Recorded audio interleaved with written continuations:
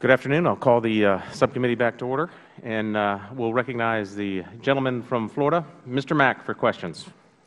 Thank you, Mr. Chairman. And before I begin, I want to congratulate you for being the chair of this subcommittee and for being here in Washington. Thank you. For people who don't know, we served in the legislature together in Florida, and he's a great friend, and the committee's lucky to have you, as chair. So thank you. And before I begin, before we left, something kind of struck me, and we keep asking, well, how can we kind of help get the Postal Service in the right direction? And part of me is thinking, well, government just doesn't know how to run a business. I mean, so first of all, the idea that the government is going to fix a business model, I think, has been proven over and over and over again. They can't do it. I mean, so I think what we're really talking about here is time. I mean, at some point, some drastic changes are going to have to be made to the Postal Service. I mean, if you're in front of, if this committee is going to, and no disrespect to anybody on this committee, but the idea that somehow government is going to fix this, I'm not sure that government has a great track record when it comes to business. So I just thought I'd put that out there. The Office of the Inspector General recently released a study in which it looked at shifting costs from ratepayers to taxpayers. And, you know, I think the study was pretty clear about that may be a way that it has to go to be solvent. Are you ready, Mr. Donahue, are you ready to admit that the only way to stay afloat is through a bailout by the taxpayers? Thank you, Congressman.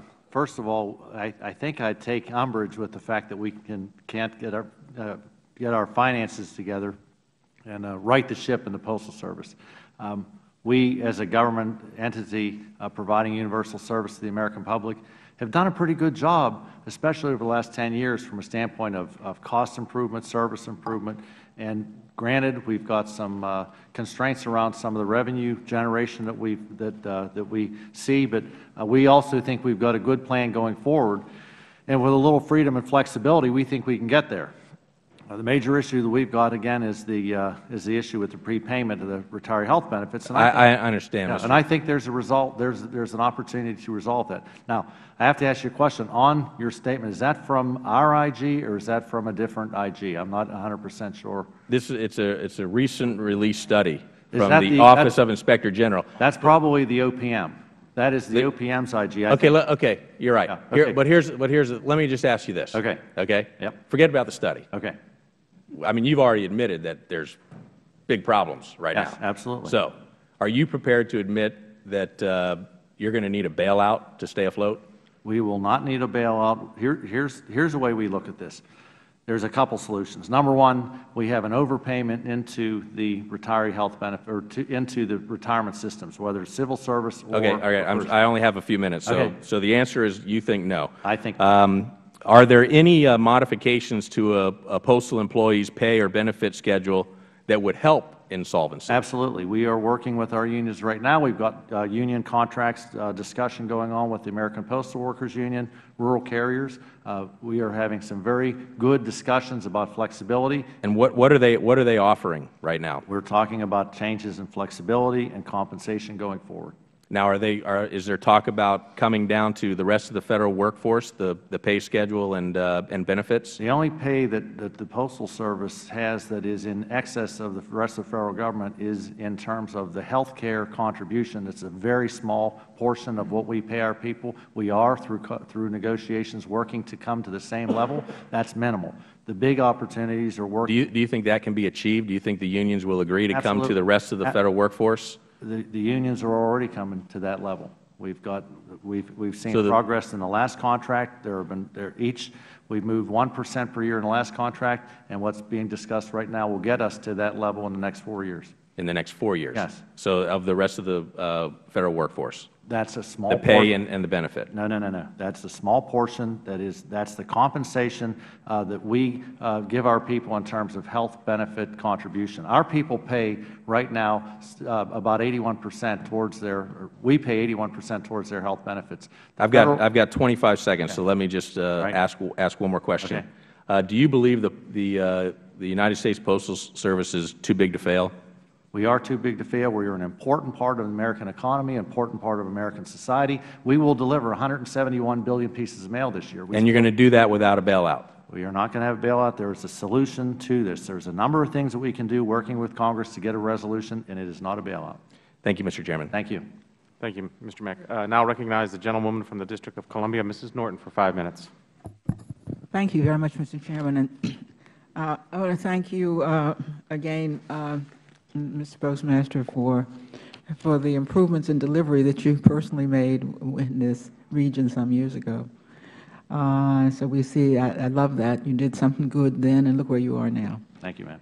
I'd like to know where we are headed. We've been talking about the Postal Service model for some time, yet we've seen no alteration in the model, and many of us, I think on both sides, can't believe that this model is meant for all time. If you look at the assumptions of the statute, when the United States Congress set up the Postal Service, essentially it was that you would be a profit-making business. Is that not true? At least to break even. So a profitable business at least. Yes, ma'am. On page 1 of your testimony, you say our core business will always be delivery. There is one customer need that will not change, and it is the very essence of what we do day in and day out. Now, I must ask you, if we make the kinds of assumptions that we're making at this hearing, that perhaps you will pay but not overpay into the trust fund, and when you calculated that to be 55 or 75 million, give or take how many millions you want to. Let's say you pay or not overpay. Let's assume that you are delivering mail 5 days a week. Can you say to us this afternoon that this model, which requires you to be a profitable enterprise, delivering the mail as you are delivering it now, is a model? The model in the statute is a model. The model of a profitable enterprise is a model we can expect to survive. That you will be a profitable enterprise under the assumptions of the statute that you are now held to now. And remember, I'm saying you would not overpay into the trust fund. Yes, ma'am. I think that we can be profitable. I think that there are a number of things that have to happen. Number one, the Postal Service has undertaken a number of issues, revenue generation, cost reductions on our own, that we feel responsible towards, and will work towards that point. As I mentioned before, we're also working with the unions going forward. We've got very responsible leadership there. They understand what we have to do for a strong Postal Service. So we'll take care of what we need to take care of. The key for us is this. We are being required to prepay a health benefit rate, $5.5 billion. This year, we'll lose $6.4 billion. So, and that's why I said, if we assume that that is no longer a problem, yes, then we will be back to a profitable enterprise under the assumptions of the statute in 1970 or whenever it was. This year, if we were not required to make that payment, we would break even, and that's with a volume loss of. But you were required not to overpay. Right, and that's with a volume loss of 22%. So our people have done a great job taking substantial costs down. That's very important to note. If you say that, but for this overpayment, and normally if you overpay something, you do a refund. So I'm hearing you. I'd like to ask one more question, and I don't want false hopes here, but I noted on page 2 of your testimony that something I've not heard before in a very long time. I don't think I heard it before, period. The first quarter showed a modest increase of 1.5%. I mean, is that because people get their tax forms? I mean, to what do you attribute an increase? You say you lost in your testimony. You say that the Christmas season was not very good. Why is this first quarter showing a modest increase in first-class mail? Well, the increase is total volume, and we've seen a 9.6% increase in standard mail, advertising mail, an increase in our package business, but we've had a decrease of 5.9% in first class. First class pays the freight, and that's why we've been asking also for the consideration before Congress to go from 6 to 5 days. And you think that then would have what effect? I will tell you this. If we can get a resolution around the health benefits, if we can get a resolution around the first payment, the President's made that recommendation in his budget, and we can get a resolution around the 6 to 5 day, these are things that are not in our control. I know that we can get this organization profitable and strong going into the future. We're marking that down, Mr. Postmaster. Yes, ma'am, you can. Thank you. Thank you, Mr. Chairman. Thank you. I'd now like to recognize the gentleman from Michigan and our Subcommittee Vice Chairman, Mr. Amash, for 5 minutes. Thank you, Mr. Chair, and thank you to the panel for being here. And Mr. Donahoe, I really enjoyed meeting you the other day and chatting with you. Thank you. You had just said, I think, that you guys would break even if you didn't have to make the pre-funding. This year, yes. But I think your own plan shows that you'd have an operating income loss. Our plan shows an operating income loss of about $900 million, but we will continue to cut. We've got a plan in place right now. We're addressing administrative cost reduction, $750 million. We'll get some of that this year. We've got some other changes going. Our goal would be to make $100 million this year if we were able to be forgiven from the prepayment plan this year. Okay. I have a copy of the letter from the Office of Personnel Management to former Postmaster General John Potter. It's from September 2004, and it rejects the claim that USPS has overpaid the Civil Service Retirement System. OPM explains that the Postal Service's request for a return of $75 billion in overpayment to the CSRS is unfounded and should not be granted by the Congress. Furthermore, the letter includes a statement from the CSRS Board of Actuaries in which it declares that OPM has appropriately and accurately determined the financial obligations for the Postal Service. Mr. Chair, I ask unanimous consent to submit this letter for the record. And Mr. Donahoe, what is your response to the letter? Here's my response. We have differing opinions here. Our IG and the Postal Service has estimated with external actuaries that we've overpaid $75 billion. The Postal Regulatory Commission has looked at the same information, and their outside actuaries have estimated that we've overpaid somewhere between 50 and 55. So there is a meeting of the minds necessary to sit down and get this resolved once and for all. So you do disagree with the letter, though? I disagree with the letter. If I could add that the PAEA actually has a provision so that the Postal Service can ask us to review the OPM analysis. And the Postal Regulatory Commission did what we believe is an objective analysis, bringing in a highly respected third-party expert to review the situation.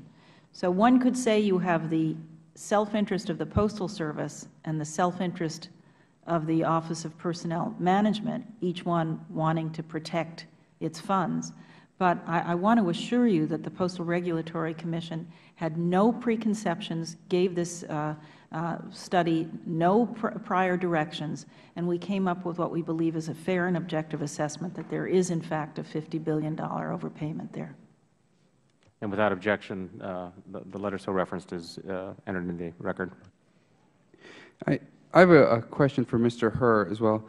In your testimony, you recognize that a significant financial issue for the Postal Service is the fact that 80% of its costs go toward employee salaries and benefits. Do you believe that USPS should be able to renegotiate collective bargaining agreements?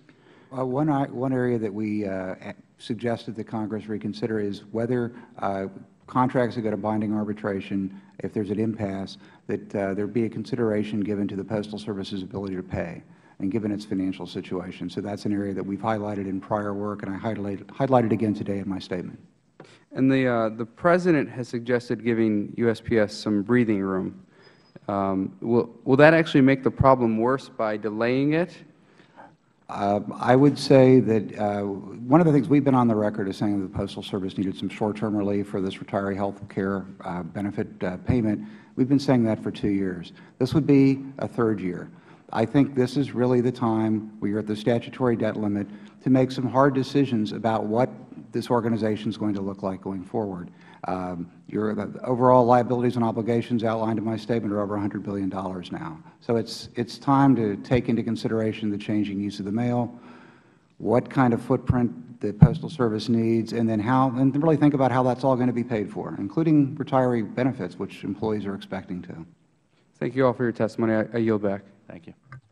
Thank you. The distinguished gentleman from Virginia. Mr. Connolly, you are recognized for 5 minutes. Thank you again, Mr. Chairman. And again, congratulations on your elevation as Chairman of the Subcommittee. And I thank my good friend and colleague, Mr. Lynch, for his leadership in the past on these issues and some very thoughtful and groundbreaking hearings we've had in the past, this being another contribution, and welcome to the panelists. Mr. Hare, let's start with that last point. The issue of whether the President bought some breathing room. I believe in his budget he recommended, was it $4 billion of relief? That's my understanding, yes, sir. And that $4 billion, is it not predicated on the same assumption Ms. Goldway makes, and for that matter the Postmaster General makes, that in fact there have been overpayments? I think that's actually predicated on the fact that there would be other efforts underway to restructure as well. This would be a deferment. It's not a my understanding of the proposal the President made. I understand that, Mr. Hare, but is it not by implication a recognition that, in fact, this is an issue, that there have been overpayments in the past? Is it I guess I'd have to look at the fine print. All right. Well, certainly the President, hopefully in his budget, wasn't trying to add to the Postmaster's woes fiscally. He wasn't trying to add to that debt. Well, he was trying to provide relief. Right. It's a short-term relief. Does the GAO have an opinion about this issue of whether there's $50 to $75 billion of overpayments? We have not looked at. You have not looked at it. I can assure you we've read the reports. You would agree, however, that if anywhere between $50 and $75 billion were verified, that alone, amortized over some period of time, could provide significant relief to what is currently a significant imbalance in the operational revenues of the Postal Service. Given the numbers that are being discussed, yes, that would be a significant. You would agree. Okay. As the GAO, do you have any plans to look at this? If requested by Congress, we'd certainly, and both today, my colleagues. Well, Mr. Chairman, I would hope that this subcommittee would, in fact, make such a request. That's not a trivial number. And if we're going to talk about dire futures for the Postal Service, surely we want to look into a $50 to $75 billion item that could provide relief fairly quickly over an amortized basis. And I know, Mr. Chairman, you share my concern about the options in front of us, and I would urge the subcommittee to consider making a formal request to GAO for just such a study. Let me ask another question, Mr. Hare, and maybe Ms. Goldway or Mr. Postmaster General Donahoe, you as well. Between 1990 and 2007, did overall mail volume for the Postal Service go up or down? Between 1990 and 2007. Went up. It went up at precisely the time the Internet was coming in full play in the United States. Is that correct?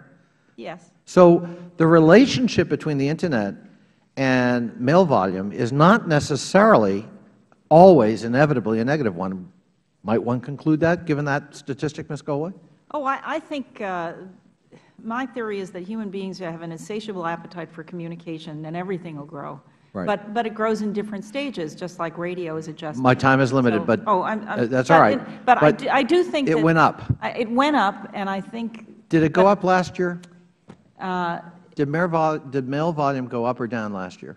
Mail volume went down. It went down over the previous year? Yes, slightly. Slightly.